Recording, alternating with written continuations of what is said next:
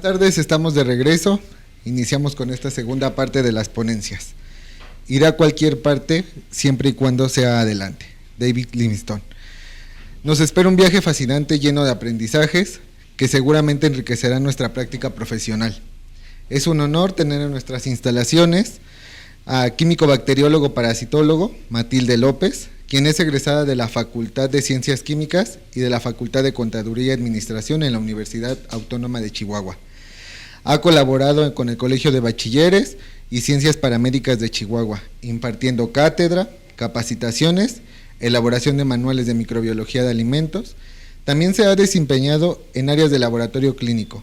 Actualmente es ejecutivo de cuenta clave de Becton Dickinson de México en los estados de Chihuahua, Nuevo León, Sonora y Baja California. Recibámosla con un fuerte aplauso. Muchas gracias. La ponencia tiene por título Toma de sangre venosa, recomendaciones internacionales. Química, le cedo la palabra. No, gracias, muy amable Javier, y felicidades a Microtec en estas primeras jornadas académicas para laboratorio. Entonces, pues un gusto tenerlos aquí. La verdad, sí me siento emocionada que me invitaron. Si hablo fuerte no es porque les esté gritando, así vengo acá de Chihuahua, entonces no se sientan que les estoy gritando. Y saludos también a los que están conectados, no sé cuántos estén conectados. 108, ok, pues también bienvenidos a los que están detrás de cámara. Ajá. Y bueno, pues empezamos a mí me dijeron, bueno, pues voy a dar la plática de toma de muestra venosa con recomendaciones internacionales. Es un tema que me gusta mucho y pues bueno, como estuve anteriormente trabajando en laboratorios clínicos en varios departamentos, cuando ingresé a BD, dije, ay, qué horrores cometí. La verdad, cuando me empezaron a dar este tipo de plática y aquí, sí. Gracias. Entonces, pues bueno, yo los invito a que después de esta plática cambiemos nuestra forma de nuestro chip y todo lo que hicimos anteriormente. Bueno, pues eso se trata, ¿no? Como que actualizarnos y cambiar nuestra manera de trabajar, porque vamos a hablar mucho de estas recomendaciones internacionales y sobre todo de estandarización. Entonces, ¿y por qué toma de muestra venosa? Porque es la que más pues hacemos dentro del laboratorio, pero pues también hay la punción capilar o arterial. Y dentro de las organizaciones internacionales, pues tenemos todas estas organizaciones. Yo me voy a concentrar aquí en la CLCI, que es un estándar de laboratorios clínicos, pero también mucho de esta ponencia, pues bueno, involucra estas otras recomendaciones como el ISO, la OSHA, la Organización Mundial de la Salud y CDC. Bueno, entonces, de todas estas son guías, algunas son guías, y bueno, tenemos también la norma mexicana, pero de ese todavía no hay una norma que nos diga cómo recolectar la toma de muestras. Sin embargo, mi compañera que continúa ahorita, que es Anaí, les va a hablar sobre algo que hizo BD para apoyar en esta parte, ¿verdad? Y bueno, sabemos que dentro del laboratorio clínico pues hacemos exámenes, ¿verdad? Las pruebas son el elemento esencial en el servicio de la salud.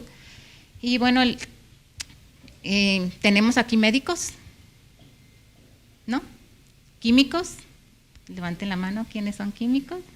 Ok, enfermeros, son enfermería. ¿Y quién más me faltó? Técnico de análisis clínicos. Laboratoristas, ok. Ok, bueno, pues bienvenidos. Este es un equipo multidisciplinario, ¿verdad? Y que al final de cuentas nuestro paciente es el que vamos a tratar, ¿no? Entonces, les comentaba, el 70% de las decisiones que toma el médico están basadas en los resultados de la prueba del laboratorio. ¿Por qué? Porque el médico necesita hacer un diagnóstico, seguir un tratamiento, y algo que debemos de hacer, que no lo hacemos, ¿verdad?, es la prevención de la enfermedad. Entonces, yo opté esto como prevención de las enfermedades regalándome Navidad un examen de sangre, un estudio. Entonces, porque necesito saber también cómo estoy. Y no quiero sorpresas. Entonces, dentro del flujo de trabajo del laboratorio, bueno, existen 3 fases. En cualquier proceso existen estas 3 fases. Una de ellas que es la fase preanalítica, la otra la analítica y por último la posanalítica. Siempre hemos cuidado la fase analítica, ¿verdad?, con los equipos automatizados, con controles, y tenemos este porcentaje de errores en la fase analítica es muy baja, pero la fase preanalítica aquí ocurren entre el 68 y 70% de los errores. Entonces, y ahorita lo van a ver por qué. Y pues la fase posanalítica sería la segunda de importancia dentro de este proceso. ¿Y por qué les comento que es la más importante? Porque si lo vemos como una cadena, si mi primer eslabón está mal, mi cadena pues va a ser imperfecta. Entonces, y en este proceso, pues bueno, pues existen muchos pasos, y en un proceso, entre más pasos exista, más errores puedo cometer. Y esa etapa inicia desde que se hace la solicitud, de que el médico hace la solicitud. Algo que nos habíamos enfrentado en esta etapa es que el médico no ponía el diagnóstico. Entonces es muy importante que se coloque el diagnóstico, porque nosotros como laboratorio podemos apoyar. Y al momento de tener un resultado, pues podemos interactuar con el médico. Luego sigue, tenemos esa solicitud, el paciente va a cita al laboratorio, o bien enfermería o médicos llevan la solicitud al laboratorio. Se hace la obtención de la muestra, en este caso va a ser obtención de muestra venosa, se hace el transporte y finaliza con la preparación de esa muestra. El otro día platicaba con enfermería, porque me tocó dar una plática con enfermería, entonces les digo, bueno, ustedes cuidan mucho a su paciente, pero pues ustedes lo tienen ahí, ¿verdad? Pero nosotros como laboratorio tenemos que cuidar nuestro paciente la muestra de sangre, y esa muestra de sangre tiene que ser representativa y tiene que tener la integridad. Entonces, este proceso inicia, le digo, desde que se hace la solicitud y termina hasta la preparación. Entonces, no importa de que el paciente le hayamos tomado una buena calidad de muestra de sangre, si yo en el transporte o a la centrifugación cometo ahí errores, ¿verdad?, pues bueno, de nada sirve que la haya tomado correctamente. ¿Tienen alguna pregunta o duda? Pueden levantar la mano. Y bueno, pues este es nuestro laboratorio, ¿verdad?, donde inspeccionamos las muestras también, porque muchas veces en enfermería a lo que el laboratorio les ha rechazado muestras de sangre. ¿Sí? ¿Por qué les ha rechazado muestras de sangre? Muestra insuficiente, hemolizada o coagulada. A lo mejor lo de la coagulación y hemólisis ustedes no lo ven, se ve dentro del laboratorio, ya el laboratorio dice, no, ¿sabes qué? Te voy a rechazar esa muestra porque está así. Pero bueno, aquí el químico tiene que inspeccionar bien la muestra para ver si cumple con los estándares de calidad para ser procesada. Y bueno, si en tu departamento realizas actividades de flebotomía, todo lo que es la toma de muestra y transporte de ella, eres parte importante de esta fase preanalítica. Entonces, como les decía, es un equipo multidisciplinario. Entonces, el trabajar con médicos, con enfermeras, dentro de un hospital, enriquece mucho, ¿verdad? Entonces, la verdad es que a mí me tocó trabajar esa parte y recibir retroalimentación, o enfermería, que pues por ellas supe sacar sangre arterial de una terapista de gasometría, y bueno, con los bebés también, ¿verdad?, la punción capilar. Entonces, pues bueno, se aprende de todo. Y lo que les quiero recalcar mucho, la importancia de la calidad de la muestra. Entonces, No es que el laboratorio les diga, no, es que la muestra no te la voy a recibir. Recuerden que ese es nuestro paciente, ¿verdad? Entonces, la CLCI también comenta que la tecnología altamente sofisticada no puede producir buenos resultados a partir de una muestra de mala calidad. Él no nos va a decir. Y la reducción de errores durante la recolección de sangre dará como resultados muestras biológicamente representativas que son comparables de una institución a otra. De eso se trata, de que en esta reunión todos hagamos el mismo procedimiento y vamos a tener un resultado confiable. Y bueno, también dentro del laboratorio que algunos médicos que dicen, ¿verdad?, que no confían en ese examen y lo mandan a otro laboratorio porque dudan de ese resultado, ¿verdad? Entonces, si lo hacemos bien, o sea, no tienen que dudar de eso. ¿Alguna pregunta hasta aquí? ¿No? Bueno, entonces nos vamos a enfocar a lo que es la venopunción. Venopunción es una punción de una vena para propósitos terapéuticos, o en este caso como una extracción de sangre. Y es extracción de sangre para su estudio. Y no nada más en el laboratorio se hace la toma de muestras, sino también ustedes como enfermería, que el personal de enfermería ayudan a esa toma de muestra. Y bueno, vamos a hablar de estandarización de todas estas guías internacionales. La CLCI es la que yo me voy a enfocar, y dentro de la estandarización es la técnica de la toma de muestra que reduce la incidencia de errores preanalíticos, impactando el diagnóstico y tratamiento oportuno. Y aquí les presento, este es un librito pequeño, es la CLCI. Anteriormente tenía otro nombre, la NSCLS, pero a partir del 2003 cambió a la CLCI. Y todo lo que vamos a ver ahorita sobre estandarización de la toma de muestra está en el documento GP41. Entonces, no es que BD o el fabricante lo diga, simplemente son guías internacionales. Y este es específicamente el documento más actualizado para la punción de toma de muestra venosa, es el A7. Entonces, ahorita nos vamos a basar sobre esa plática de la A7, pero tal vez si hay un cambio en la CLCI a un documento más actualizado que saliera un A8, pues bueno, les tendríamos que venir a decir qué fue lo que cambió. Si alguno de ustedes, bueno, es que son muy jóvenes, pero anteriormente los tubos eran de vidrio. Entonces, después, con este cambio, los tubos se fueron a plástico. Entonces, por eso está la versión A7, porque por estos cambios que hubo dentro de los tubos, del material. ¿Y qué indica esta CLCI? ¿O qué puntos maneja?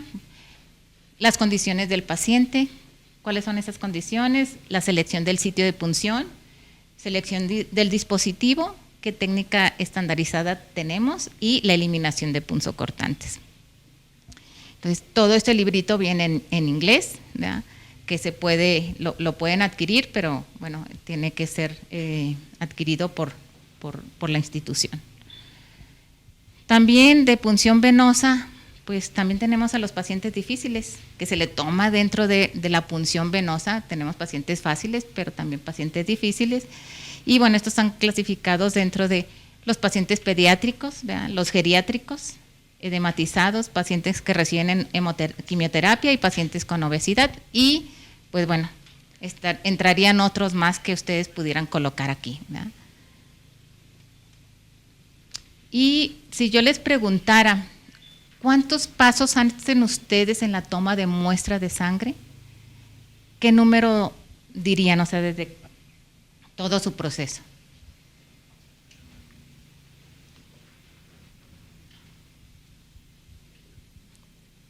¿5, 10? ¿Cuántos pasos? O cuéntenlos.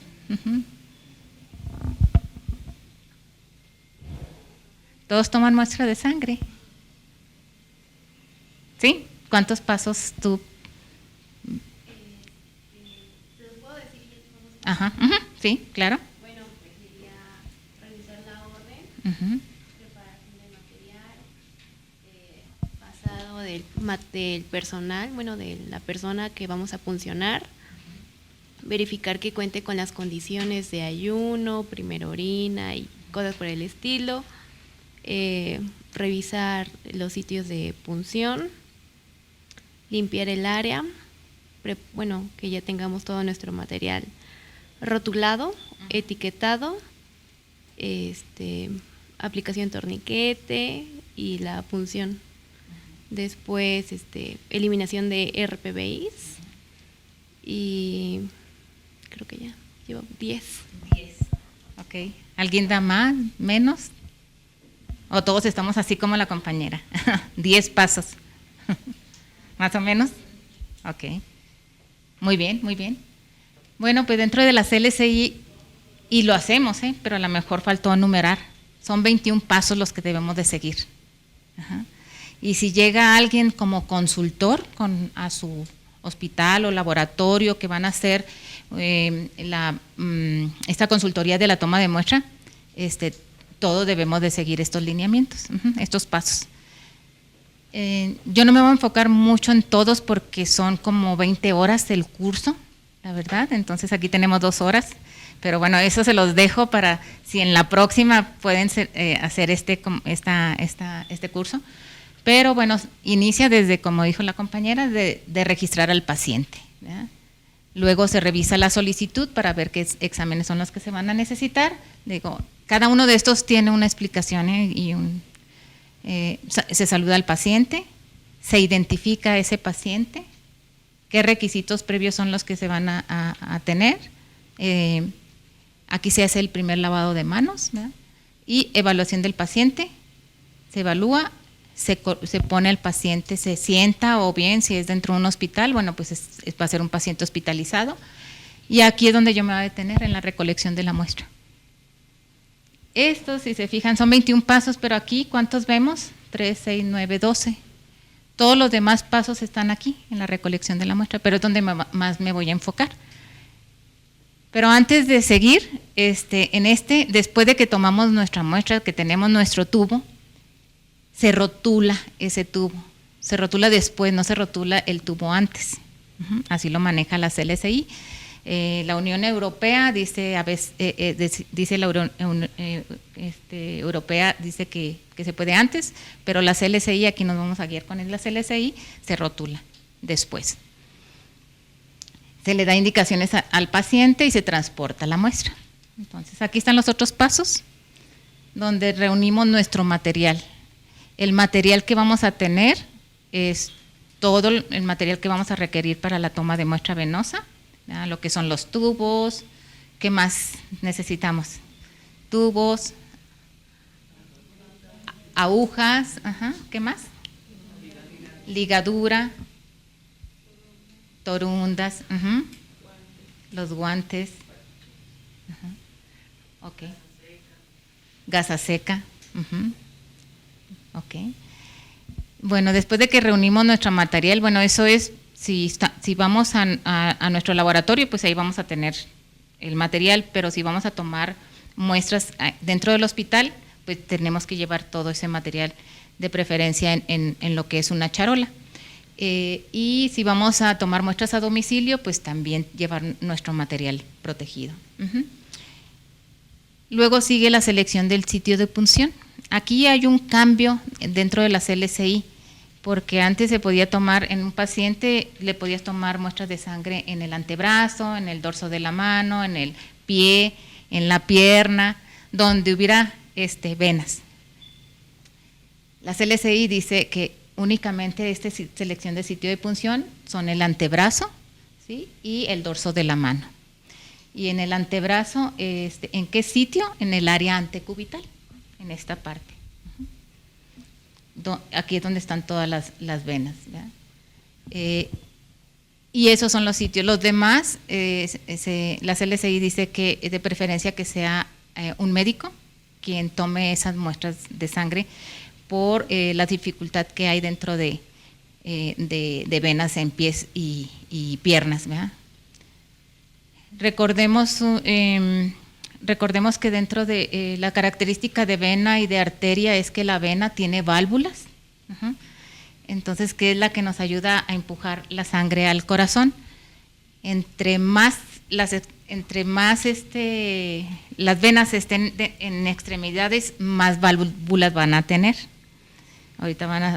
Por eso es que el material que se utiliza para sacar sangre del dorso de la mano es muy diferente a que sea en el antebrazo, por esas válvulas que tiene. ¿Qué más? Bueno, ya hicimos la selección del sitio de punción, vamos ahora a seleccionar la vena. Vimos que tenemos diferentes, aquí lo vimos que tenemos diferentes venas. La CLCI indica 3 venas y serían lo que es la cubital media, que qué bueno que la tuviéramos así todos, ¿verdad? Varía también en anatomía, pero ojalá que la tuviéramos así porque nos ha tocado.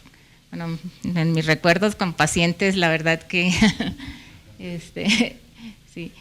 En segundo lugar, si esa vena no está bien, que ustedes la palpen o la vean, la segunda sería la cefálica, que es la que nos corre por aquí, por el dedo gordo, y la tercera sería la basílica.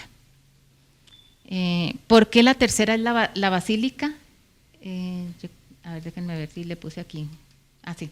La tercera es la basílica, porque por aquí corre una arteria. Entonces hay veces que nos vamos hasta arteria y sacamos sangre arterial en lugar de venosa. Sacar sangre de arteria con un sistema al vacío no se recomienda por la misma presión. Y recordemos que nuestros pacientes que están en hospitalización son pacientes que están mal, ¿verdad? Entonces les podemos causar un daño. Entonces, por eso es la de tercera opción. ¿Y cuáles serían las venas del dorso de la mano? Serían lo que son las metacarpianas. Estas venas son las que les comento que tienen más válvulas y por lo tanto aquí se debe utilizar una aguja de menor calibre, más corta, y de menor calibre. Y asegurarnos, hay veces asegurarnos que que la aguja no esté en una válvula. Entonces, si hay que hacer la técnica de empujar la aguja o sacar un poquito, porque posiblemente no sacamos sangre porque estamos dentro con una válvula.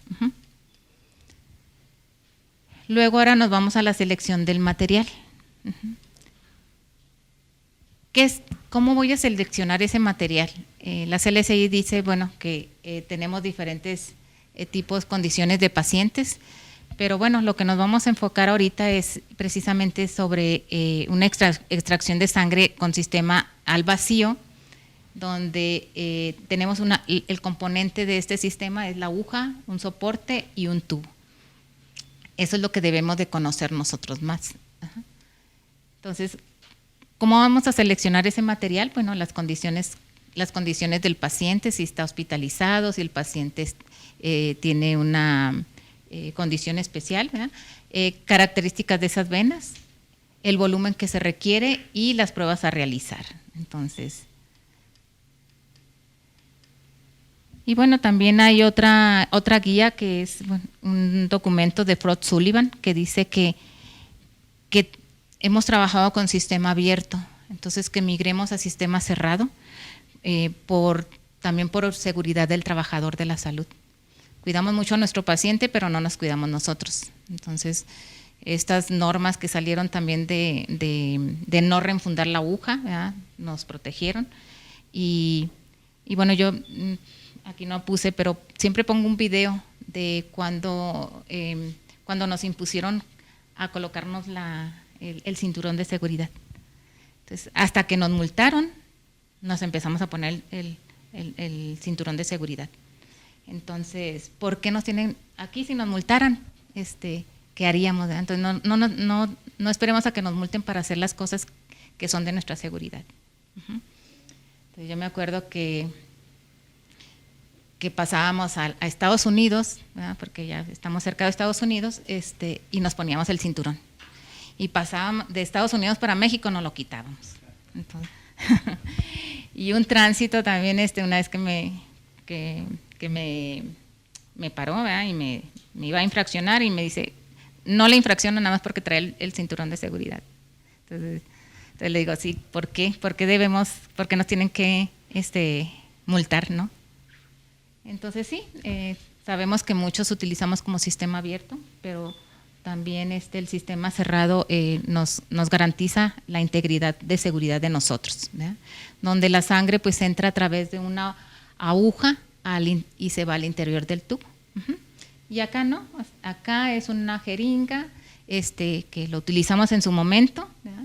Pero la jeringa se diseñó para inyectar líquidos y ahorita van a ver la diferencia que hay en la aguja internamente, que no lo vemos, que a veces me decían, no, es que las agujas de tubos al vacío están más gruesas, pero era el efecto del diámetro interno. Entonces, bueno, aquí vamos a ver que podemos tomar la muestra muy bien, pero esa muestra se me puede hemolizar. Otra, pues el volumen no va a ser para los 3 o 4 tubos que vaya a tomar. También las agujas que hacemos por goteo, también es un sistema abierto. Y bueno, tiene muchas complicaciones. Algo que les puedo contar como anécdota era de una enfermera que la canalizaron y se le fue el catéter. Entonces ella tiene que estar con anticoagulantes de por vida porque el catéter le puede llegar a su corazón. Entonces, antes el catéter era de teflón, ahora es de vialón, es lo bueno, ¿verdad? Y bueno, ya mejorados, pero sí, es una enfermera que tenía que estar con anticoagulantes. Entonces, sí, les comento porque me imagino que ustedes tendrán algunos casos también, ¿verdad? Pero créanme, lo de seguridad es muy, muy importante para nosotros. Bueno, a lo mejor podemos tener tratamiento, pero la cuestión psicológica o con nuestros familiares es impresionante. Y bueno, lo que también les comentaba, utilizar un sistema de recolección de sangre abierto nos puede causar hemólisis, insuficiencia, lo que me dijeron ahorita, no hay la insuficiencia en el volumen de sangre, hay presencia de coágulos donde en los tubos no debemos de tener coágulo, y derrame o pérdida de muestras. Entonces, y aquí está los accidentes que pueden ocurrir con un accidente, una punción accidental, el recapuchar las agujas, que creo que eso ya hemos estado, que ya vamos muy avanzados.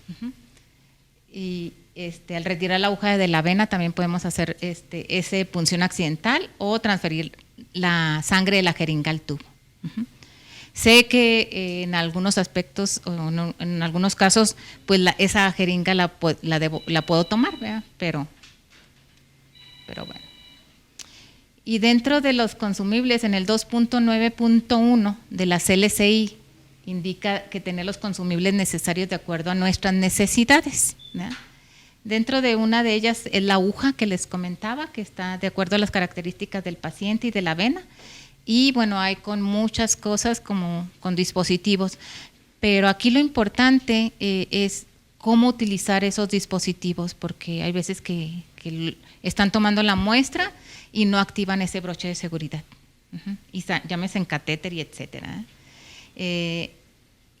Y bueno, están para la aguja, lo que son las agujas de toma múltiple, y para la punción en el dorso de la mano sería lo que son equipos alados o equipos de mariposa.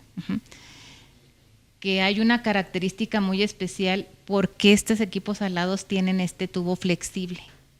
Entonces ahorita lo va a comentar la compañera. Y aquí es la diferencia que les platicaba.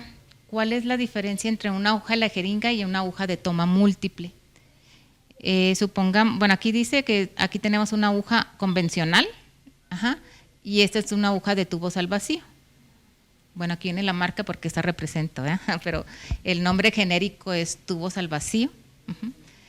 Y internamente, si se fijan, la aguja de tomas al vacío, su pared es mucho más delgada y la jeringa es mucho más gruesa.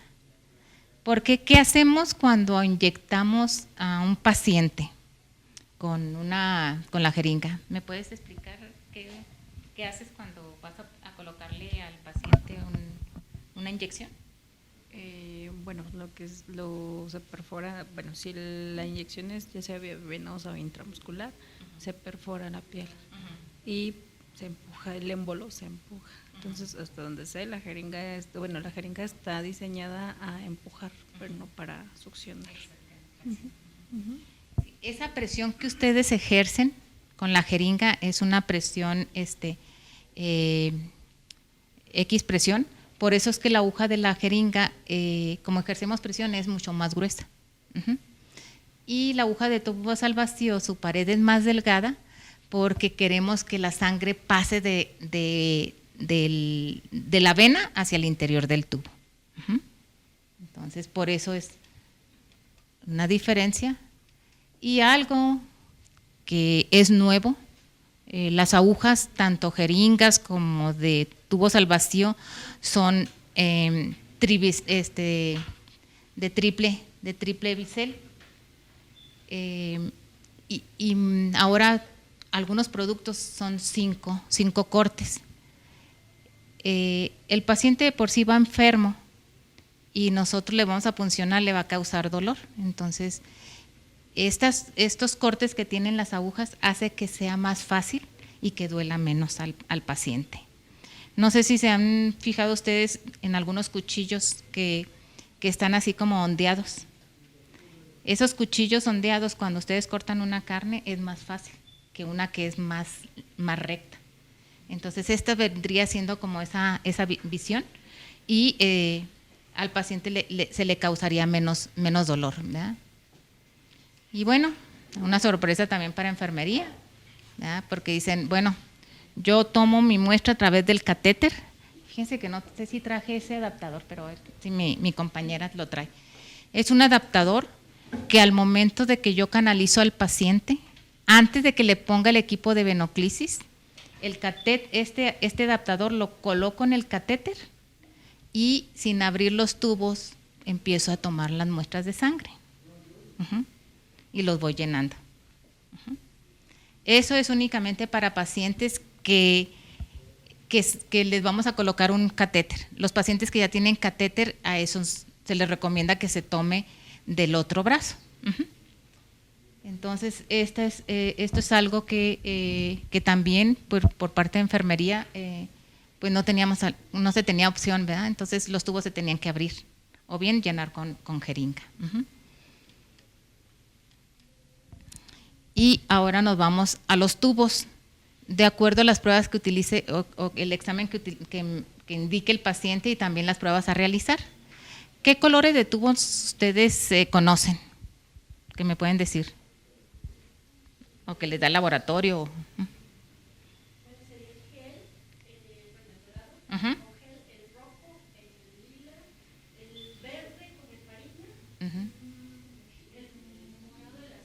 Morado azul. ¿Y qué? Tapón amarillo. Pero hay tapón blanco, tapón gris, beige, azul rey, naranja, negro. Entonces, cada uno de ellos tiene diferente aditivo. También esto está regulado por las LCI. O sea, todos los fabricantes debemos de poner un color, dice color rojo, tiene que tener esto, color oro, color naranja, amarillo, etcétera. Tienen que tener cierto aditivo. Ya varía de fabricante a fabricante, ¿verdad? El color tenue, ¿no? Pero bueno, lo importante de aquí es que sepan ustedes qué es lo que contiene y para qué nos funciona. Ahora que cambió la LCI a la versión 7, pues todos los tubos tienen aditivo, llámense activadores de coagulación o anticoagulantes. Aquí necesito que con estos activadores de coagulación se me coagule el tubo, o sea, la sangre, perdón. Y con anticoagulantes necesito que no se me coagule, que esté íntegra la muestra. Y dentro de los activadores de coagulación tenemos 3 tipos de aditivos. Aquí se los puse con color para que los identificáramos más fácilmente, ¿verdad? Pero uno de ellos son el tubo rojo que tiene partículas de sílice. Si ustedes ven el tubo, van a pensar que está así como manchado, como si estuviera sucio, ¿verdad? Una vez me dijeron, Mati, ven por tus tubos porque están sucios. Entonces fui y los vi y dije, ay no, es que ahora en el tubo de vidrio, el vidrio era, activaba la coagulación. Pero cuando fue de plástico se le tuvo que poner un activador de coagulación porque ya no había la función del vidrio.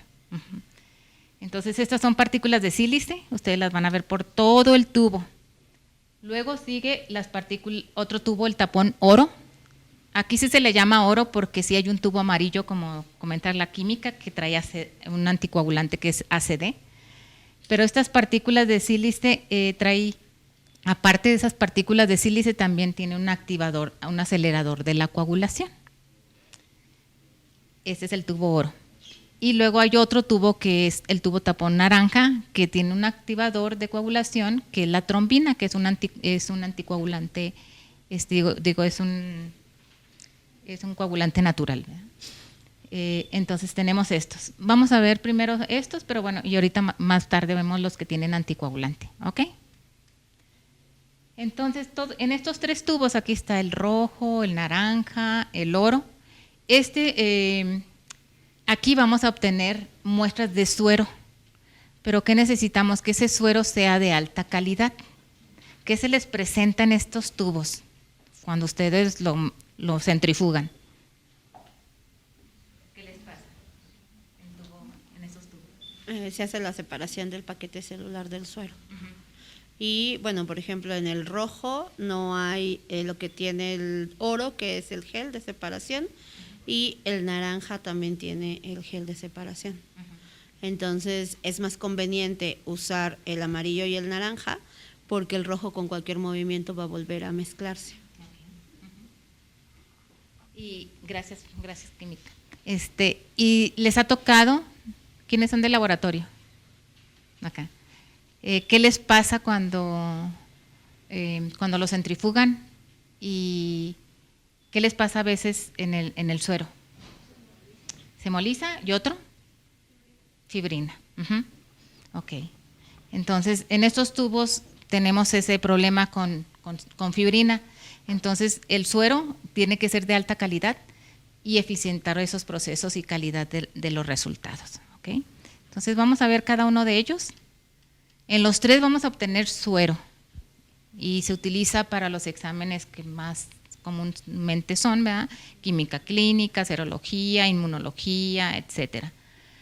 Entonces, el tubo tapón rojo, bien dijo la compañera, estos tienen las paredes sílice, partículas de sílice, y funcionan como activador de coagulación. Pero ¿qué creen? O sea, ahora con todos los tubos se tienen que mezclar. El tubo rojo, ¿cuántas veces lo mezclan? O sea, 5 veces, ¿ok? 5 inversiones. ¿Alguien más? Cada inversión son 3 medias vueltas. 1, 2, 3. En la química, ok. Bueno, ahorita vamos a ver cuántas inversiones tiene el tubo rojo. Aquí es llenar, que tiene un activador y me va a ayudar en formar el coágulo. Pero lo mezclo, ese tubo lo tengo que mezclar, ya se los voy a decir de una vez, son 8 veces, son 8 inversiones. Y como dijo la química, la inversión es tapón arriba, tapón abajo, tapón arriba, cuando regreso es una inversión y completo las 8, ¿correcto? Pero ¿qué creen? Este tubo el laboratorio se tiene que esperar 60 minutos, o sea, 1 hora, para que se lleve a cabo la centrifugación. O sea, no lo puede centrifugar antes, si no pasa esto de hemólisis o fibrina. Y bueno, ahorita nos metemos aquí en este punto, que son a cuánto se centrifuga. Estas siglas es fuerza centrífuga relativa, que el laboratorio lo tiene que meter a la centrifugación. Y luego sigue el tubo tapón oro, o SST. El SST es tubo separador de suero, ese es y como les comentaba, tiene partículas de sílice, pero aparte un acelerador de coágulo. Este tubo lo tengo que mezclar de 5 a 6 veces. Y en 30 minutos se forma el coágulo. Y como comentaba la compañera, tiene una barrera física, que es el gel, la parte de abajo que tiene ese gel. Y se me sirve cuando son los 30 minutos y tiene que ser en posición vertical ya empiezo la centrifugación y bueno, el gel ahí ocupa una parte importante de esa separación entre el suero y el paquete globular, y el coágulo. Ya es hora.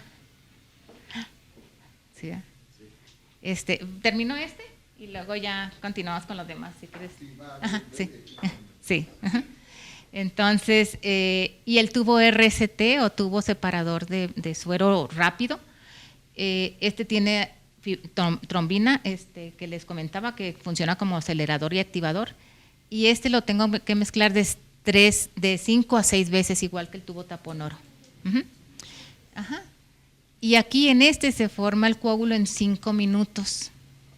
También tiene una barrera y se centrifuga diferente. ¿De qué va a variar? En los 3 tengo obtención de suero. ¿En qué va a variar el tubo que yo necesite utilizar? De la urgencia, principalmente de la urgencia. Entonces, y algo importante que se me olvidaba también que mencionó la química. Estos 2 tubos tienen una barrera física. Cuando se separa, se puede dejar ahí el suero. Como no está en contacto con el coágulo, se puede dejar el suero y no pasa nada. Inclusive se puede guardar en refrigeración, pero el tubo rojo, si se me cae, se va a mezclar el suero con el coágulo. Y otra cosa, recuerden que el coágulo tiene eritrocitos y el eritrocito consume la glucosa. Entonces aquí posiblemente estoy ya dando un resultado erróneo de un paciente prediabético, pudiera hacerlo y cuando no. En una escuela hicieron un comparativo, un estudio, y la verdad salieron temas interesantes, ¿verdad? Entonces, de hecho para BD este tubo ya tiende a desaparecer, ¿verdad? Porque vienen otras tecnologías diseñadas para la necesidad del paciente también. Entonces, pues bueno, ¿alguna duda, pregunta? Si en algún futuro tiende a desaparecer el tubo rojo para lo que es tiempo de coagulación, ¿qué es lo que proponen? Hay un tubo especial para eso. Sí. No lo tenemos todavía en México, pero sí está en Estados Unidos y yo creo que eso vendría como para las células CLE también, o sea, y creo que muchos de estos estudios también ya se están complementando con otros estudios diferentes, ¿verdad? Pero por lo pronto ahorita le digo, yo hablaba hace muchos años de que la heparina iba a venir a suplir a estos tubos y pues ya está en puerta. Entonces, todavía no desaparece, pero es la tendencia, o sea, es la tendencia para. Entonces, ¿sí? Tenemos una pregunta de la audiencia virtual y dice que si no se recomienda sacar con sistema de vacío por el daño al paciente. ¿Tiene alguna alteración con los resultados del laboratorio? Pero ¿en qué? Se saca al vacío. ¿Al vacío y con jeringa? O sí, porque ahorita vamos a explicar más adelante, hay un orden de toma de los tubos, precisamente para los exámenes, ¿verdad? Porque hay interferencia entre anticoagulantes y coagulantes y sí podrían afectar. La pregunta fue de Manuel. Si le puede preguntar si queda resuelta su duda. Ok, Manuel, ¿queda resuelta tu duda? Si no, me lo vuelves a preguntar. Sí. ¿Hay otra pregunta? No. Ok. Bueno, entonces damos los 15 minutos y luego regresamos con los otros tubos que tienen anticoagulante. Bueno, gracias. Después de estos minutos, pues regresamos. Voy a pedir a la audiencia virtual puedan ir formulando sus preguntas y vamos a ir haciendo los espacios para írselas presentando a la ponente y iniciamos nuevamente. Adelante. Con ese, ¿no? Ya con el ¿Ya sí, funciona ya este? funciona. Ok, perfecto, bueno. Ok, pues Pues bueno, con este pequeño receso vamos a continuar. Y bueno, yo quiero a los que participaron, aquí participó la compañera. Ajá. Ahí me falta, fíjate, ¿quién más participaron de allá de atrás? Ajá. Ajá. Bueno, este es un pequeño obsequio y va a haber para todos, ¿verdad? Con preguntas y respuestas. Aquí, ¿alguien me faltó? ¿Tú? Ah. Para todos los que pregunten, ¿va a haber? Sí. Bueno, ¿alguna duda, pregunta hasta aquí? ¿No? Bienvenidos los que están en el otro lado. Bueno, entonces ya vimos.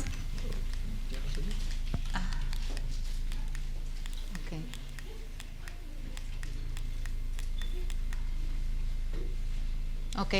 Dentro de la obtención de suero hay un proceso de centrifugación, donde la parte importante que vimos ahorita es la precentrifugación, ¿verdad? Cuántas mezcladas, el llenado del tubo, ¿verdad?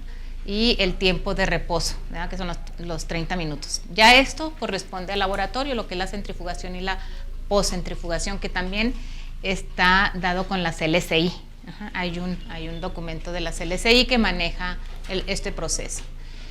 Y bueno, nada más para ahondar en lo que vimos, el tubo tapón oro son de 5 a 6 mezcladas, 30 minutos en reposo y se centrifuga.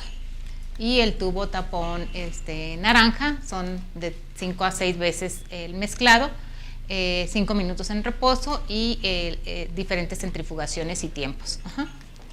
¿Sí me escucho, verdad? Bien. Ok, ahora nos vamos con los de anticoagulantes. Aquí están tubos que son el tubo tapón morado, ¿verdad? Que trae EDTA, ahorita lo vamos a ver cada uno de ellos. El tubo azul que trae citrato y el de parina, que es el tubo verde. Como les comentaba, hay otros tipos de anticoagulantes, ¿verdad? Pero estos son los más tradicionales. ¿Y qué es un anticoagulante? Pues es una sustancia química que retrasa o impide lo que es la coagulación de la sangre. Y bueno, el uso es in vitro o en vivo. Entonces, de estos tubos, los que tenemos, que habíamos comentado, es el tubo con EDTA. Se utiliza para las pruebas de hematología. Este tubo no necesito que se me coagule, se utiliza la sangre total. Creo que en banco de sangre se utiliza, ahí sí se centrifuga, pero bueno, son ciertos departamentos, ¿verdad? Aquí en este tubo, el EDTA, existe el dipotásico, el tripotásico y el disódico. En esos años, bueno, nos tocó utilizar el disódico, pero el anticoagulante, cuando uno lo veía en el microscopio, era en forma puntiaguda. Entonces, ¿qué pasaba? Que se tomaba bien la muestra, pero la muestra cuando la veía uno se hemolizaba, pero era por el anticoagulante, que era en forma de picos. Entonces se quitó el disódico y luego ya vinieron los tripotásicos y los dipotásicos, y los hematólogos recomiendan más el K2. Entonces, ¿por qué? Porque a la célula está con su tamaño normal, ¿verdad? Y es más reproducible. El K3 hace encogimiento de células. Entonces, ¿qué es lo que hacemos en una biometría hemática? Pues hacemos determinaciones de leucemias, entonces es muy importante el anticoagulante. Y otro detalle también, que la relación aquí en todos los que tienen anticoagulantes se relaciona anticoagulante muestra.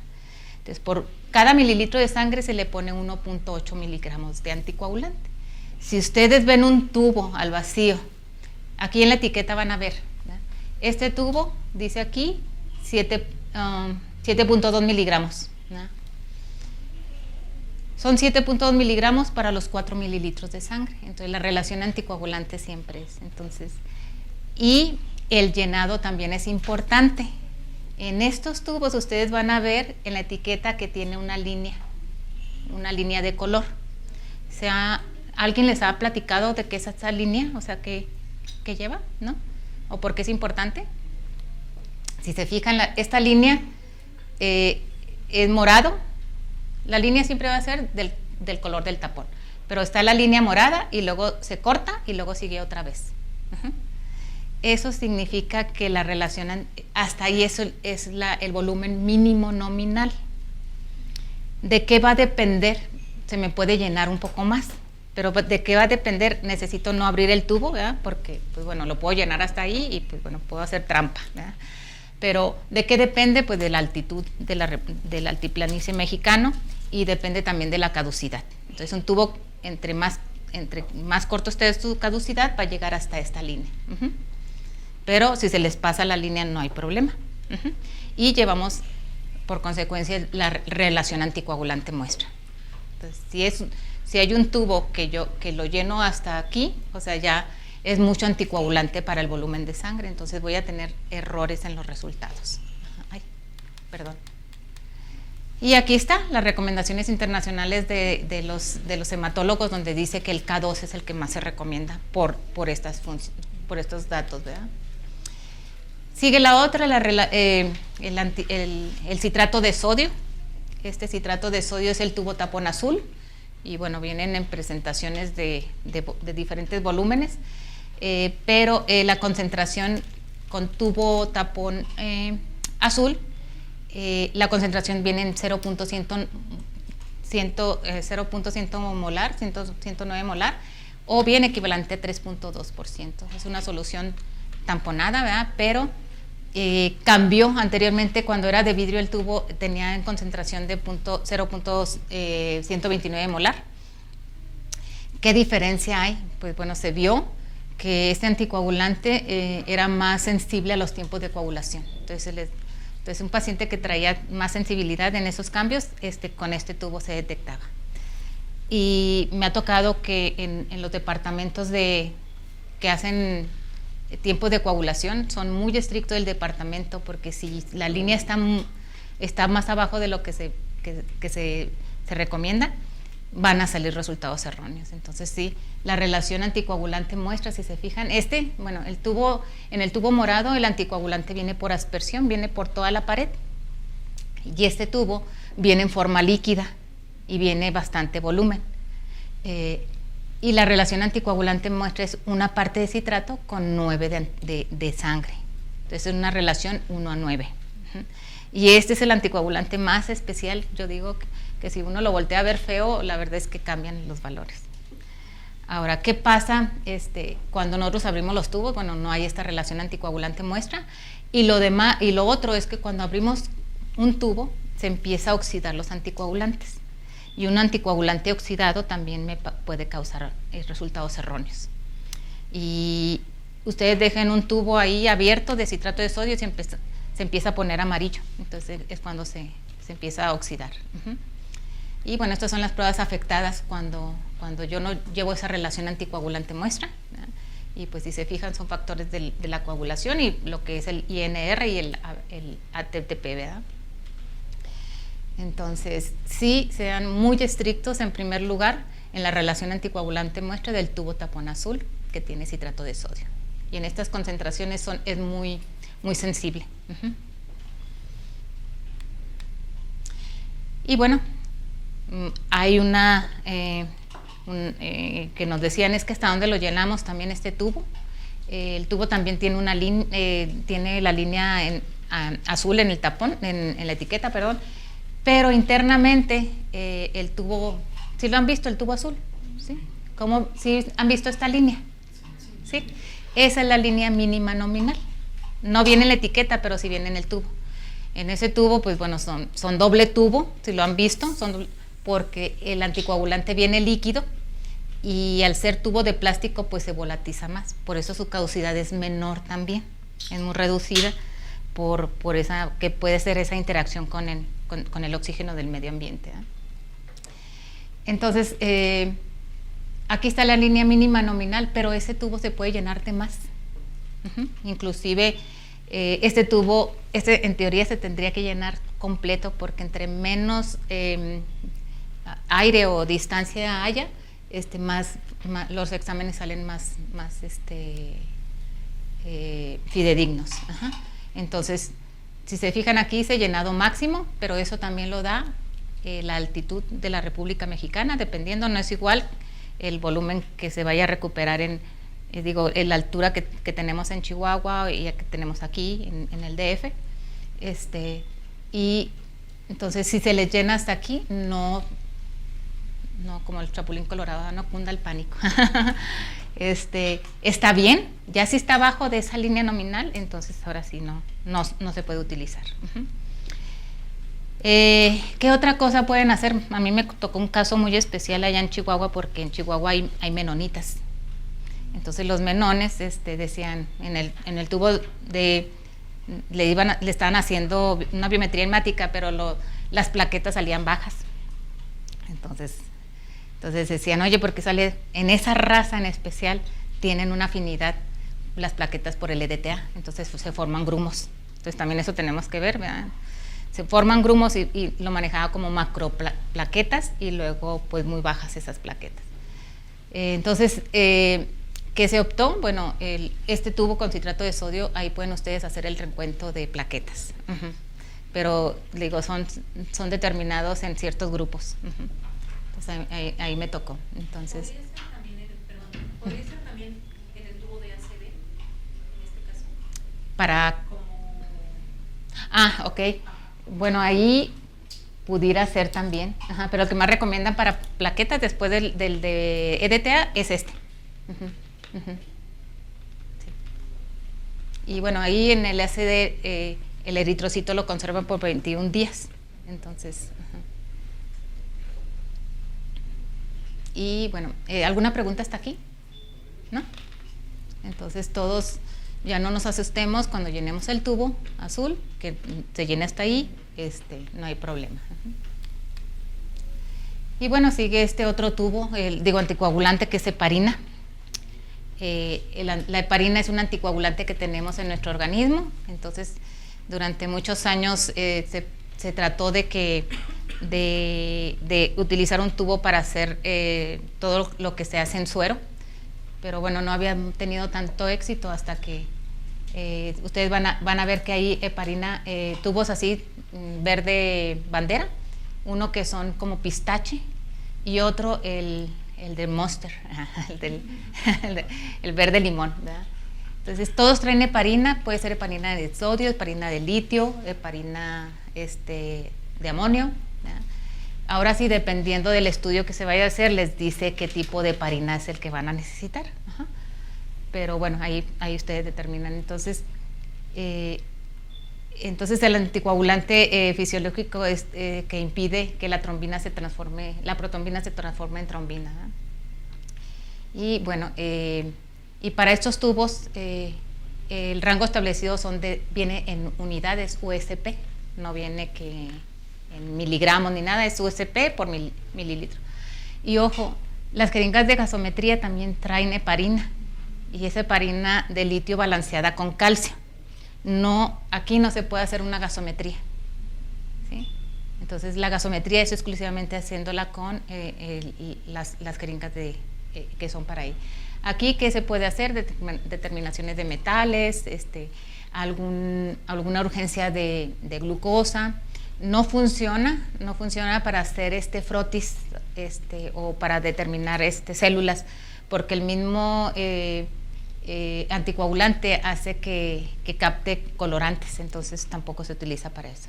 Entonces puede ser para alguna urgencia que necesiten, pero sí es muy específico para ciertos estudios. Pues aquí dice, como tienen estructuralmente tiene un mucopolisacárido ácido, que tiene grupos de sulfato, ¿eh? Y esta última característica no la hace adecuada para muestras que van a ser examinadas al microscopio. Se forman grumos. Entonces nosotros hacíamos frotis y pues sí, ahí estaba el grumo de colorante. Entonces, ¿qué diferencia hay? Bueno, es el tubo normal, o sea, sin gel. Este pistache tiene un gel en la parte de abajo, como el tubo oro o el tubo naranja. Y esta es lo nuevo que estamos trabajando, porque tiene un anillo elastomérico que no interfiere en ninguno de los estudios. Entonces, va a suplir, este tubo podría suplir, bueno, se está trabajando en suplir muchas de las muestras que se están haciendo en los tubos que hace separación de suero. Uno de los éxitos que se ha tenido es con los pacientes de hemodiálisis.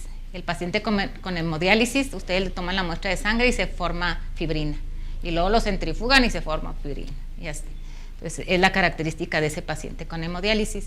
Entonces, este tubo está ideal. Entonces, si se fijan, lo que yo quiero transmitirles es que hay mucha gama de material, o sea, de tubos o anticoagulantes, y que ustedes van a seleccionar de acuerdo al estudio y al paciente. Ajá. Entonces, ¿alguna pregunta, duda hasta aquí? También les iba a comentar, anteriormente también había un tubo de citrato de sodio con el que era tapón negro, que se utilizaba para las velocidades de sedimentación, pero la concentración ahí era 1:5, entonces era diferente. Bueno, entonces ya seleccionamos mi material. Si ponemos un paciente, si yo les digo, vamos a evaluar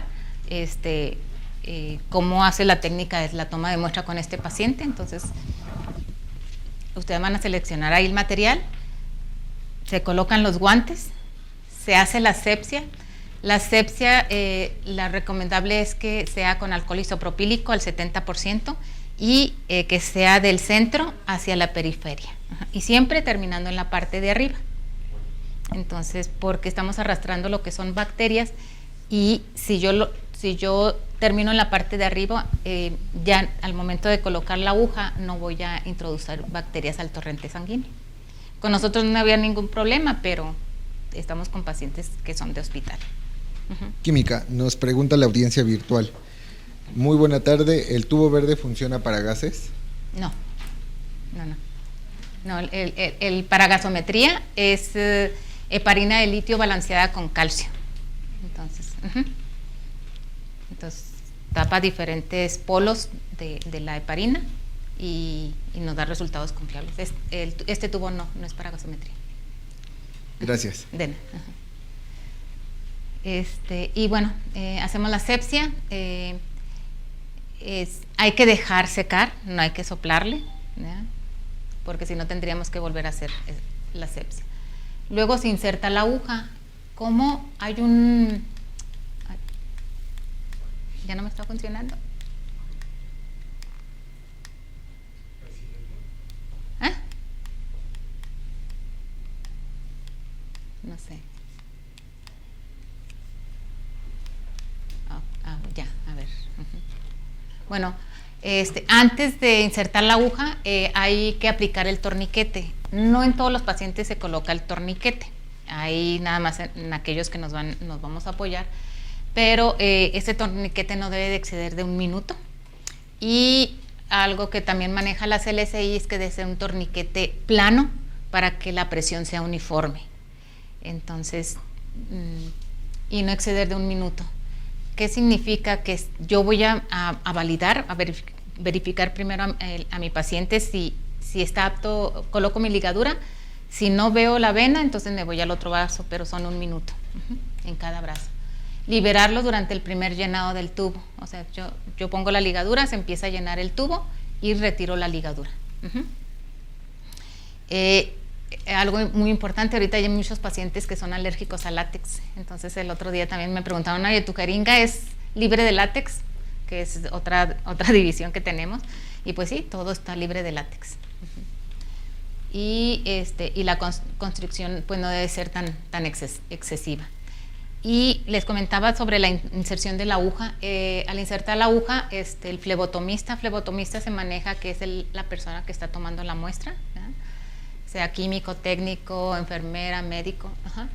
El ángulo, para que ustedes tengan éxito, el ángulo de inserción es de 30 grados. Entonces yo la aguja la voy a colocar a esos grados para hacer la inserción. Ya dentro a lo mejor puedo bajar un poco el ángulo, pero ese es el éxito que se podría tener. Y sobre todo, por ejemplo, los chicos de estudiantes que empiezan a tomar las muestras, se les hace mucho hincapié en esto, porque siempre se van muy cerca de la piel, ¿verdad? Eso sí puede ser, pero en equipo alado o equipo de mariposa. Química, tenemos otra pregunta de la audiencia virtual. Dice, me ha tocado pacientes que piden biometría con citrato de sodio. En este caso, el tubo azul. ¿Qué diferencia tiene entre el tubo lila y el tubo azul los resultados? ¿Es recomendable? E igual quisiera saber si hay alguna razón por la que la piden así. No, va a salir muy diluida. Van a salir hemoglobina, hematocrito muy diluidos. No, para lo único que se utilizaría es para cuenta de plaquetas, pero para biometrías, ¿Podrían tomar los dos? O sea, enviarlos dos a proceso. Por ejemplo, una biometría en tubo morado y luego en un azul para que se haga una verificación. para verificar. Plaquetas. Bueno, aquí me preguntan que si se podría tomar los dos tubos para hacer una biometría, ¿no? Ya si ustedes ven que en el paciente en el equipo les maneja macroplaquetas y ustedes hacen un frotis y ven que hay acumulación, en primer lugar tienen que ver el diagnóstico del paciente.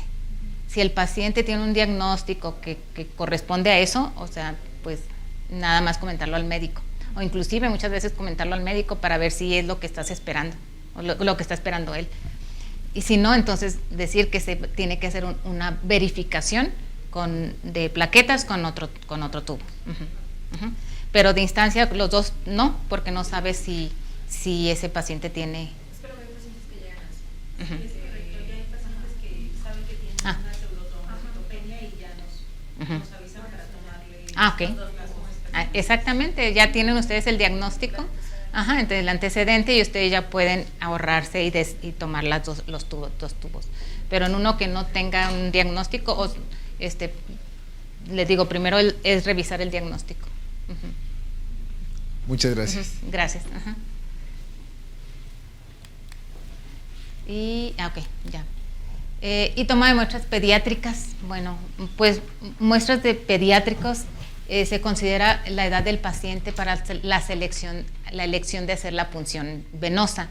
Recordemos que recién nacidos de 1 año tiene que ser punción en talón, esa sería otra plática, ¿eh? Entonces, y niños de 1 año a 2, la punción dactilar igual también, pero ya es en dedo, es punción capilar pero es en dedo, el otro es en talón, y de 2 años en adelante es la punción venosa.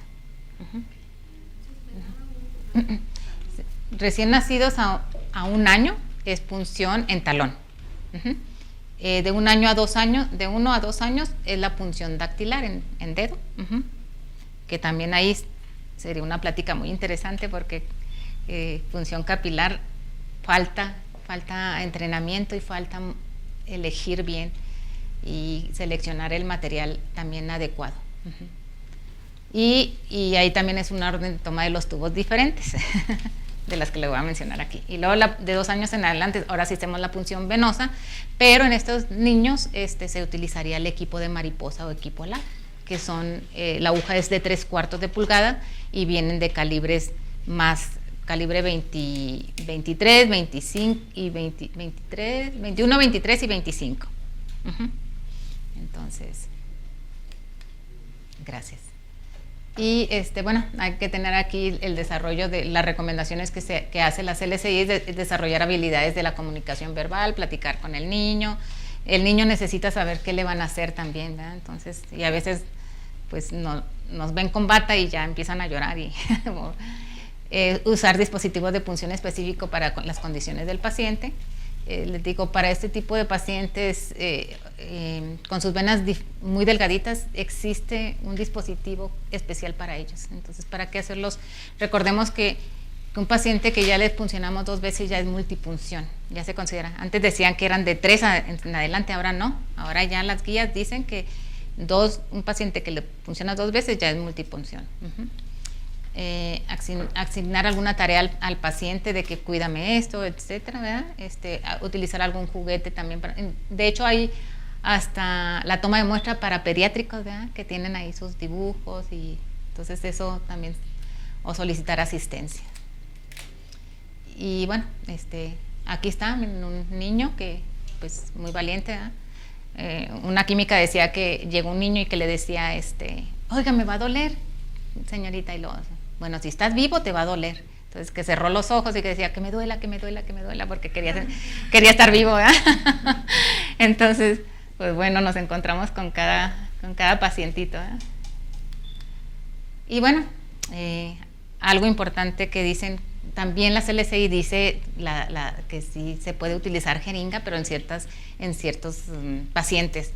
No podemos tomar una muestra de sangre de línea arterial con un sistema al vacío, entonces sí tiene que ser con una jeringa y hacer una purga, ¿verdad? El uso de la jeringa para la recolección de la muestra debe de evitarse en la mayor medida, como les comento, sobre todo por la aguja, pero si vamos a tomar muestras de sangre con jeringa, pues bueno, hay un dispositivo especial que ni siquiera insertamos la aguja en el tubo, ni abrimos el tubo. Entonces recuerden que insertar la aguja con aguja, eso también hay un riesgo de punción accidental. Ajá, sí. Otra pregunta de la audiencia virtual. Dice, para la toma de neonatos, si le piden química sanguínea, biometría hemática y tiempos de coagulación, tubos que se utilizarían. Ok, pero en neonatos. Sí, en neonatos es un tema para los tiempos de coagulación, sí, porque sé que en el mercado existen tubos, pero ahí sí tiene que ser punción capilar. Y bueno, si tienen catéter, bueno, aprovechar catéter, pero utilizar los tubos de microrecolección. O sea, nunca utilizar los tubos grandes. Entonces, en un microtainer son 500 microlitros, 250, el tubo para suero son 600 microlitros, y el tubo azul, no sé cuál es el que tengan, pero sí sería punción capilar, y el orden de toma de los tubos ahí cambiaría. Muchas gracias. Y aquí está, miren, este es creo que por ahí les van a dejar, no sé si les van a traer unos póster, pero todo lo que hablamos ahorita, aquí está resumido. El color del tapón, para qué se utiliza, el área donde se utiliza y las inversiones que se deben de hacer. Y este sería el orden de toma de los tubos. Si mi médico pide tiempo de coagulación, química clínica y biometría hemática, pues bueno, aquí ustedes seguían. ¿Cuál es el tubo que toman primero? Esto es otro de los cambios de la CLCI que dice, anteriormente se tomaba el tubo tapón rojo y luego el azul. Entonces, cuando salen los tubos de plástico, recordemos que los tubos ya tienen activadores de coagulación, lo que son el rojo, el oro y el naranja. Entonces la CLCI dice, hay más tema o más problema si yo tomo primero un tubo que tenga un activador y después el segundo sería un tubo que tenga citrato. Entonces, por eso es que el primero, o sea, es menos riesgo tomar primero el tubo con anticoagulante, el de citrato, y luego ya después los demás. Tenemos otra pregunta de la audiencia virtual. En cuestión de las edades, talón, capilar, ¿los resultados son más confiables que si se toman de forma venosa para neonatos? Más que confiable son las complicaciones que le vamos a hacer al bebé si le puncionamos venosa. ¿Pero no habría diferencia en los resultados? Sí, hay diferencia por sangre capilar y arterial. Inclusive hay diferencias si el niño está llorando, también bajan mucho aumentan mucho las células blancas, ¿verdad? El niño tiene que estar quieto, pero sí hay diferencia entre sangre venosa y capilar, pero hay valores de referencia para ese tipo de, o sea, valores de referencia para punción venosa, capilar o arterial. Nos preguntan, BD no maneja microtainer azul para tiempos de coagulación. ¿Qué se hace en ese caso? Buena pregunta. Mire, BD ha tratado de desarrollar un tubo para pediátricos, el más pequeño es de 1.8 mililitros, pero BD no ha sacado ningún tubo de menor volumen porque es más riesgoso. No ha llegado a la composición ideal para este tipo de pacientitos porque es más perjudicial dar un resultado erróneo que no darlo. Entonces ahí desconozco, bueno, en bebés es platicar con el médico y lo único que yo podría sugerir es que todos los tubos de punción capilar se tomaran por capilar, y ese tubo en especial que fuera venoso, pues sí, el menor volumen es de 1.8, y platicar con el médico para ver qué tanto es necesario los estudios de coagulación. Muchas gracias. Dice, ¿me podrían ayudar con la orden de la técnica de Vacutainer, el orden de los tubos, supongo. Es este. ¿Y cuáles serían los sitios de punción capilar? En bebés va a ser talón, en los espacios laterales, no en el surco, y en el dactilar son estos 3 dedos, todo lo que no toque en el dedo, son áreas donde se hace la punción. Nunca aquí en el centro. Muchas gracias. De Continuamos. nada.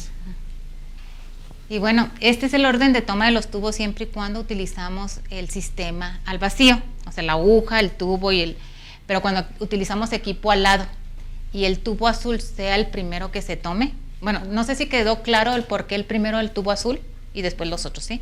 Ok. Cuando tomamos la muestra con equipo alado y el tubo azul va a ser el primero, se tiene que utilizar un tubo de descarte. El tubo de descarte, sí, en Estados Unidos hay un tubo de descarte, en México no, entonces lo que se recomienda es que se utilice un tubo del mismo anticoagulante. Entonces se coloca el tubo, se llena toda esta manguita flexible de sangre, se retira el tubo, o sea, no es necesario llenarlo todo, se retira, y el segundo tubo, ahora sí, ese se llena completamente. Si no hacemos esto, el volumen de sangre se supliría por el aire que tiene el tubo. Y hay muchas diferencias, háganlo ustedes y verán que inclusive abajo de la línea nominal. Entonces, es nada más si el tubo azul, si el médico pide tiempo de coagulación, pero si no pide, entonces nosotros seguimos el mismo orden acá, ¿va? Sí está entendido, ¿verdad? Y bueno, la homogenización, nada más recordarles, es tapón arriba, tapón abajo, tapón arriba. Ok, ahora sí se llenaron los tubos perfectamente, ahora sí se retira la aguja y se hace la presión. Hicimos la asepsia con alcohol isopropílico al 70% y la presión, cuando hacemos retiramos la aguja y hacemos presión, ya no utilizamos el mismo torunda o alcohol isopropílico, sería una gasa seca. Química, sí. Nos pregunta la audiencia virtual, si no se llega a llenar el microtubo en neonatos con la misma punción, ¿se puede puncionar otra vez y seguir llenando? No, tiene que ser en otra área. Gracias. Pero aquí tiene que ver mucho la técnica y el material que utilizan, porque me ha tocado que con agujas hacen punciones o con unas lancetas que no son para recolectar sangre, utilizan lancetas para el dextrostis que liberan 3 o 4 gotas. Tiene que usar una lanceta que sea más de 3 o 5, más de 6 gotas. Y preguntan, ¿dónde pueden consultar los valores de referencia para punción capilar? En la página, si no, déjenme ver si se los puedo proporcionar. Okay. Compartiremos al final de la sesión el link para lo de los valores de referencia. Y dice otro asistente, ¿cuáles son los dispositivos para punción de neonatos? ¿Y cuáles son para los de 1 y 2 años? ¿Pero a qué se referirá? Me imagino cuando dice dispositivos y los materiales. Ok. Es una lanceta, ¿Para neonatos primero? Es una lanceta que, se utiliza una lanceta diferente para punción en capilar. A ver si Anaí trae por ahí. En pie, cuando es un tamiz o cuando es una recolección de sangre. Las lancetas que se utilizan para tamiz tiene que ser una lanceta que haga un corte, una incisión. La piel del bebé tiende siempre a cerrarse, entonces necesitamos hacer ese corte, como si fuera un bisturí. Cuando es una punción capilar para recolectar diferentes tubos, tiene que ser una lanceta que entre, puncione y luego se retire. Pero esa lanceta tiene que ser con una característica especial de cierto grosor y de cierta incisión. Entonces tiene que ir la lanceta y si ya están los dos. Ok, dice otra persona de la audiencia, ¿en el orden de los tubos tiene alguna interferencia las pruebas de coagulación? Si el tubo que se toma primero o si se toma posterior a uno con aditivo, la razón de que se tome primero el azul, ¿cuál es? Ok, sí, ahorita lo comentaba, lo vuelvo a repetir. El tubo, si se fijaron, el tubo que sigue para recolectar después del tubo azul son estos 3 tubos que tienen activadores de coagulación. La CLSI dice, y hay un fragmento que les podemos pasar, no les podemos pasar todas las CLSI, pero ciertos fragmentos sí. La CLSI dice, estos tienen activadores de coagulación. Al momento de hacer la inserción, pudiera arrastrar activador de coagulación al siguiente tubo, que sería el tubo azul. Entonces se me podría coagular el tubo azul. A lo mejor son microcoágulos que no veo, pero sí me hace interferencia en el resultado. Entonces sí, sería primero el tubo tapón azul, no serían primero los otros, o sea, ni el morado ni el verde, o sea, tiene que ser primero el tubo tapón azul, por lo que les comento. Otra pregunta dice, ¿debemos seguir tomando el tubo de descarte para tiempos de coagulación? Tubo de descarte cuando es el equipo al lado y el tiempo de coagulación se los pide el médico como el primer examen, ¿verdad? Pero es únicamente aquí. Y el tubo de descarte que se utiliza es del mismo anticoagulante, o sea, el tubo tapón azul, que tiene citrato de sodio, y nada más se hace la purga y luego se coloca el otro tubo. Y nos preguntan, ¿se puede utilizar lancetas de tamiz para la toma de muestra capilar para neonatos? ¿Se puede utilizar lancetas de tamiz para? Recolección de sangre capilar. Sí, también. Digo, la verdad es que nada más, a mí me gusta más esa, ¿eh? Porque yo con los pacientes, estudio con los pacientes y la verdad, sí, ese corte que hace es un corte tan fino que no permite que la piel del bebé se cierre. La piel del bebé tiende a cerrarse luego y le tenemos que hacer otra punción. Con esa hace ese corte tan fino que inclusive las gotas son muy gruesas. Y hay lancetas para bebés prematuros y lancetas para bebés normal. Dice la audiencia, ¿en la recolección por goteo se debe seguir el orden de los tubos o no hay problema en el orden? No, sí, pero es otro orden diferente a y las homogenizaciones son diferentes también. Perfecto. Duda, para el llenado de los tubos, ¿el orden continúa vigente, el que nos está presentando? ¿Y dónde pueden conseguir sus diferentes tipos de lancetas? Pues ahorita que los presente Anaí, yo creo que ya les damos ahí también información. Bueno, aquí eso, un preámbulo. Próximamente la línea de Microtec va a tener una nueva línea de negocios y podemos consultar todos los materiales disponibles. Entonces, estamos lanzando la primicia con esta pregunta y bueno, continuamos con la ponencia química. Sí, gracias. Y no, felicidades a Microtec, pero también Microtec capacitamos a la gente que está, y esa capacitación, a mí me gusta mucho lo capilar, hacerlo también así como un taller, porque ahí es donde salen muchas situaciones y se corrigen. Entonces sí, la verdad, es esto, pero la práctica funciona muy bien. ¿Me ibas a hacer una pregunta química? ¿Ya? ¿Ya? Okay. Y otra pregunta que rápidamente dice, ¿nos podría, si con la misma lanceta pueden llenar sus tubos y después hacer su tamiz? Sí, no me imagino que con la misma punción. Sí, la misma punción, así lo entendí yo, pero no debe de exceder de 2 minutos. Generalmente las punciones capilares se empieza a hacer el coágulo. Entonces si lo va a hacer muy rápido, pues sí puede hacerlo. Y primero sería el tamiz y luego después la recolección de los microtiners. Y nos preguntan acerca de el orden de llenado, bueno, por punción capilar, ¿sigue siendo el mismo orden el que está presentando en pantalla? No, en punción capilar primero se toman los que tienen anticoagulante, que es el tubo EDTA, luego el de parina y luego ya todos los otros que no tienen anticoagulante, pero el tubo tapón con EDTA, tapón morado, se tiene que homogenizar 20 veces. Y nos preguntan, no lo que dice aquí de 8 a 10, son 20 veces. ¿Dónde podrían conseguir esas inversiones y el orden de los tubos capilares? Se los mandamos. ¿Podemos poner el link? Sí, de hecho tenemos un catálogo donde viene todos los productos, pero tiene también toda esta información. Entonces, viene capilar, viene arterial. No, en las guías todavía no vienen. De hecho, ahorita les van a dar una primicia de algo importante que se van a llevar, ¿no? Una pregunta. Sí. La lanceta que se utilizará en este Química, le pasa el micrófono, es que la audiencia no escucha. química, la lanceta que se utilizaría para lo que es tiempo de sangrado, ¿cuál sería en este caso o cuál es la recomendable para ello? Porque tenemos, bueno, Becton Dickinson tiene en este caso 4. La rosa, que es como una abejita, la azul, está la verde para la toma de pediátricos y la rosa de neonatales.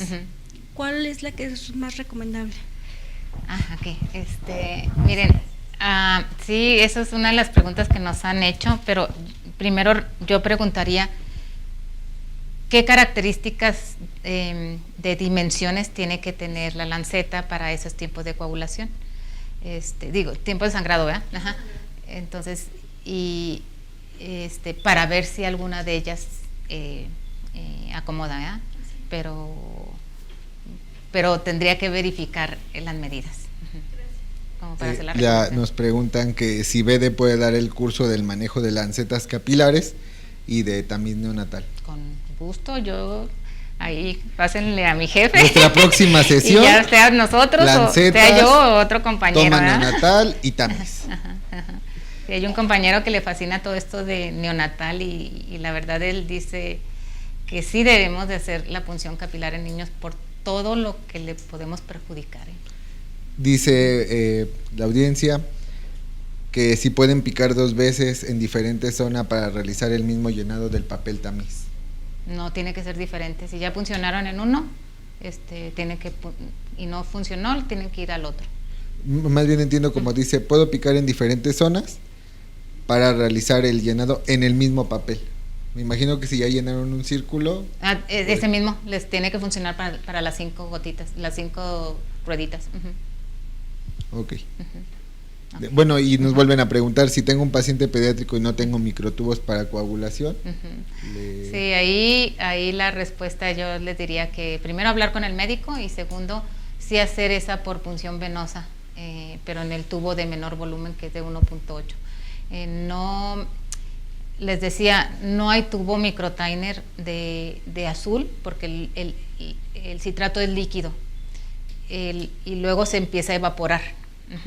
Y el tubo, en la punción capilar abrimos los tubos, entonces empieza a oxidar el anticoagulante y de aquí van a salir resultados erróneos. O sea, la verdad, yo no me arriesgaría. Nos comentan que dónde podrían consultar toda la información técnica. Podríamos dejar que Becton Dickinson la compartirá a Microtech, les concentraremos la información en un solo archivo y la podrán descargar en nuestra página Microtech-Mediolab y pueden seguir también en TikTok, Facebook e Instagram y ahí van a estar los archivos para que los puedan descargar.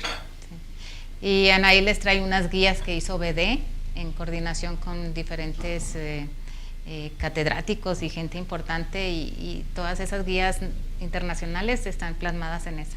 Entonces yo creo que ahorita les van a para todos los asistentes virtuales y presenciales podrán consultar la página y ahí les vamos a concentrar toda la información.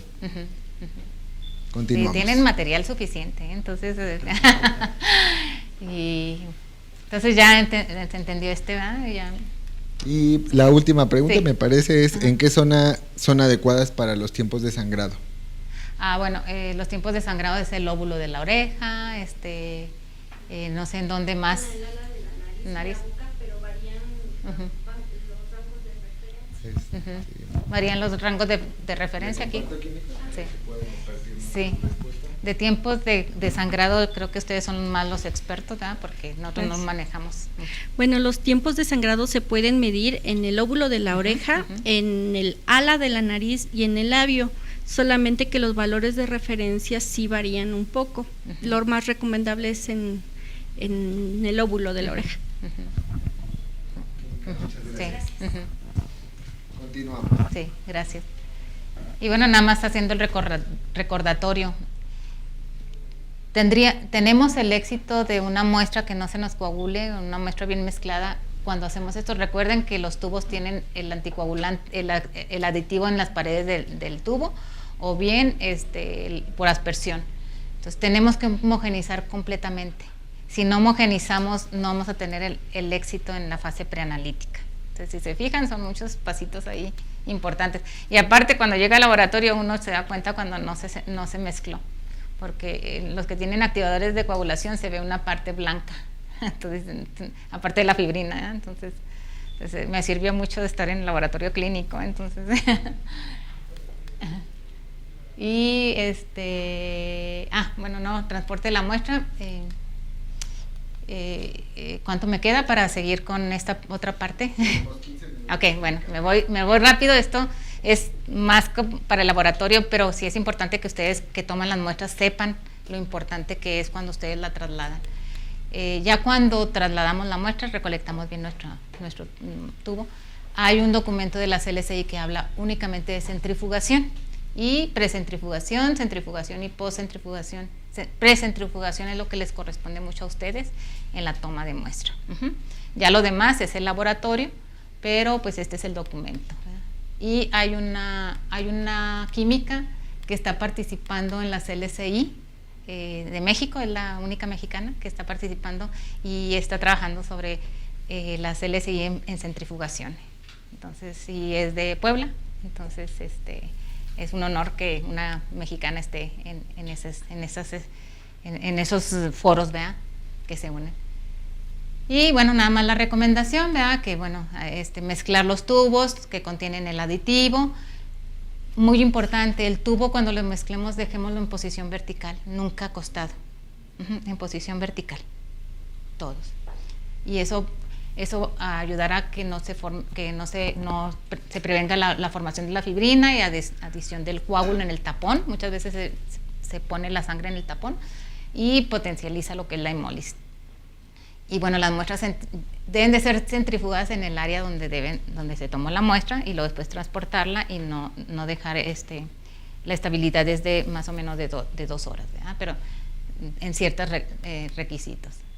Y este es para laboratorio, nada más voy a terminar aquí, porque sí es importante que tomamos bien nuestra muestra, pero la centrífuga que tenemos en hospitalizas, en laboratorio, pues se le tiene que dar mantenimiento, se tiene que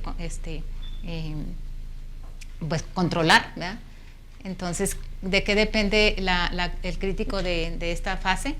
El tiempo de la retracción del coágulo, las centrifugaciones, las fuerzas centrífugas relativas que se debe de tener en cada tubo. Cada tubo se centrifuga a diferentes fuerzas centrífugas, el tiempo, el ángulo y la calibración, ¿no? Entonces, esto es de estos 3 tubos, ¿verdad?, lo que a cuánto tiempo se tiene que centrifugar y a qué velocidad. Y depende mucho también si tenemos centrífugas de ángulo fijo o de ángulo variable. Ángulo fijo son estas, ángulo variable son que ustedes centrifugan y se hacen así. Vamos a tener diferente separación. En quedaría como pico de flauta, ¿verdad?, y en esta completamente el tubo queda bien separado, las fracciones. Entonces, cualquiera son bien, pero para tener más fracciones se recomendaría más utilizar esta, ¿no?, que es de ángulo variable. Y bueno, hay centrífugas que tienen revoluciones por minuto, hay que convertirlas a fuerza centrífuga relativa porque toda la bibliografía viene en fuerzas centrífugas relativas, en ninguna van a encontrar revoluciones por minuto. Entonces, pues hay que hacer estas conversiones dentro del laboratorio. Ya después, si quieren, hablamos de centrifugación, ¿verdad?, nada más. Y hay criterios de aceptación y de rechazo de las muestras. Entonces, si se fijan, estos tubos son tubos azules, todos están bien llenados. ¿Ustedes ven alguno diferente? Estos están bien llenados, pero hay un tubo que se desvía. ¿Cuál sería? El de hemólisis. ¿Qué haríamos? ¿Rechazaríamos esa muestra o lo aceptaríamos? Y sí, depende.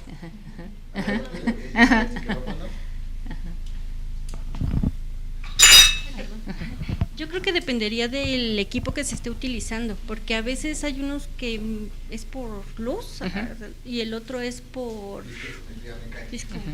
Exactamente. Gracias. En Microtec tenemos viscosimetría mecánica, que no se la rechazaríamos. Comercial. Pero hay otra parte más importante. Primero tengo que verificar si el paciente tiene alguna anemia hemolítica, o sea, qué diagnóstico tiene, ¿sí? Entonces, porque posiblemente ese paciente sí tiene esa enfermedad y bueno, lo puedo reportar. Tubos más rotulados de identificar, muestras derramadas, volumen insuficiente que ya me comentaron, ¿verdad? Muestras hemolizadas, muestras en contenedores que no son los tubos apropiados, tubos abiertos antes de la toma de muestra. Y en este otro, ¿aceptarían las muestras? Ese tubo tapón morado, ya les dijimos la relación anticoagulante muestra.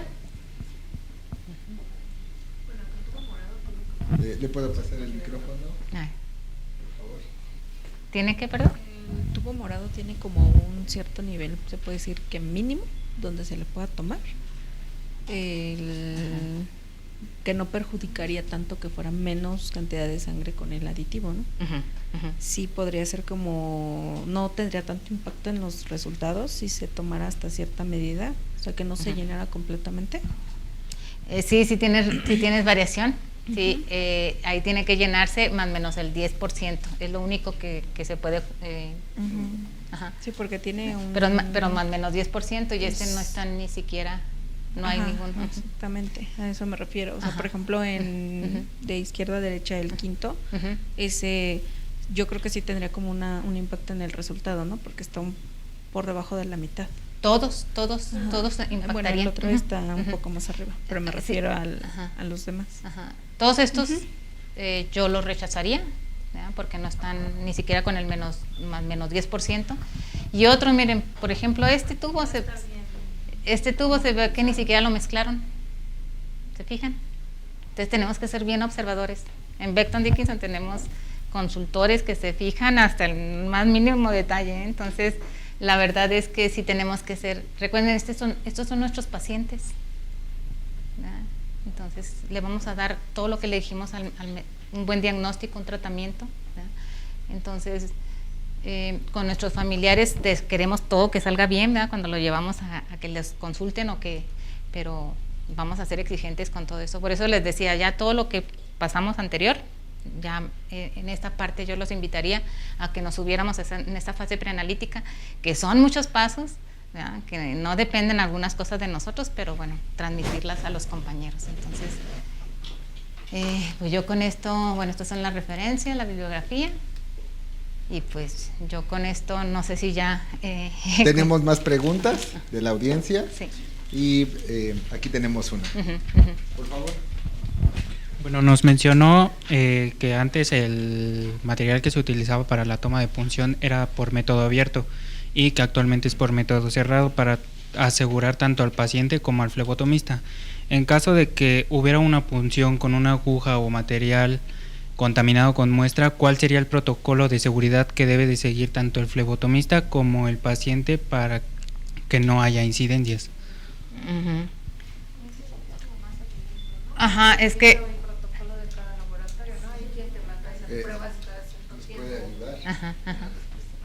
Bueno, es que eso ya dependería del protocolo de laboratorio, ¿no? Tanto pruebas al paciente para ver si no tiene algún tipo de infección viral, en este caso, y según tengo entendido, cada cierto tiempo tienen que hacerse esas pruebas para ver si hay o no hay un tipo de infección. Entonces ya dependería como del protocolo de cada laboratorio. De cada laboratorio, de cada institución. Y el diagnóstico por el cual el paciente está acudiendo a realizarse estudios, ¿no? Ajá, exactamente, sí. Tenemos una pregunta de la audiencia virtual. La pregunta dice, si punciono y meto el tubo y no me da muestra, ¿puedo volver a utilizar el mismo tubo para otra punción del mismo paciente? No. No. ¿Dónde podría comprar la ligadura BD? Pronto. Con Microtec. Con Microtec. Estén preparados a la nueva línea. Estamos ya terminando de afinar los últimos detalles y van a poder tener los mejores materiales como una solución integral a su laboratorio. ¿Con quién más? Con Microtec. Con Microtec. Yo quisiera hacerles una pregunta. Bueno, va a ser... Dice que si es posible compartir un link para consultar el material disponible para la punción capilar e información sobre la correcta utilización de todo el material de la toma de muestra. Sí, lo comentamos, vamos a concretar de manera en un documento y podrán consultar a través de la página de Microtec todo lo que lo que se comentó, los materiales de referencia y podrán descargar guías y información bibliográfica. Una pregunta con respecto a esto. ¿Habría forma o hay forma de que ustedes también comentaran o nos, pues sí, comentaran sobre cómo es la sujeción de los pediátricos? Porque ese ha sido también un pequeño detalle para la toma de muestra. Entonces, no sé si ustedes tienen alguna información bibliográfica. Pero no lo entendí. Quisiera saber si tienen ustedes alguna técnica de sujeción para los pediátricos, para evitar que se sientan agredidos y los padres se sientan molestos por la forma en que se tienen que sujetar a los pequeños para poder realizar este tipo de toma. De momento no lo tendríamos. No sé si BD cuenta con alguna. No, pero yo creo que ahí las condiciones es tener un área donde se tome la muestra para pediátricos, y que todo el entorno sea pediátrico. Tenemos una respuesta de este lado, por favor. Sí. Buenas tardes. También, y a mí me gustaría compartirles un poco acerca de que... Sí, pues se la doy. Te doy esto. El Instituto Nacional de Pediatría, ellos ya hicieron un estudio sobre estas situaciones. Para los pacientes pediátricos es un paciente que no necesariamente solo lo tiene que hacer una persona.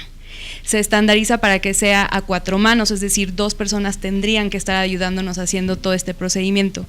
Una persona es la que va a tener contacto con el padre, que es la que va a apoyar o le va a explicar qué es lo que va a realizar el padre dentro del sitio, y la otra persona es la que se va a encargar de preparar todo el material para que la primera persona, cuando ya haya hecho la revisión, ellos puedan decidir en ese momento qué van a utilizar, un equipo alado, van a utilizar a lo mejor una flashback, a lo mejor van a utilizar algún tipo de lanceta, etcétera. Entonces, hay un artículo que tiene el instituto que está en la red, pero si gustan se lo compartimos, es acerca de la experiencia de los pacientes pediátricos.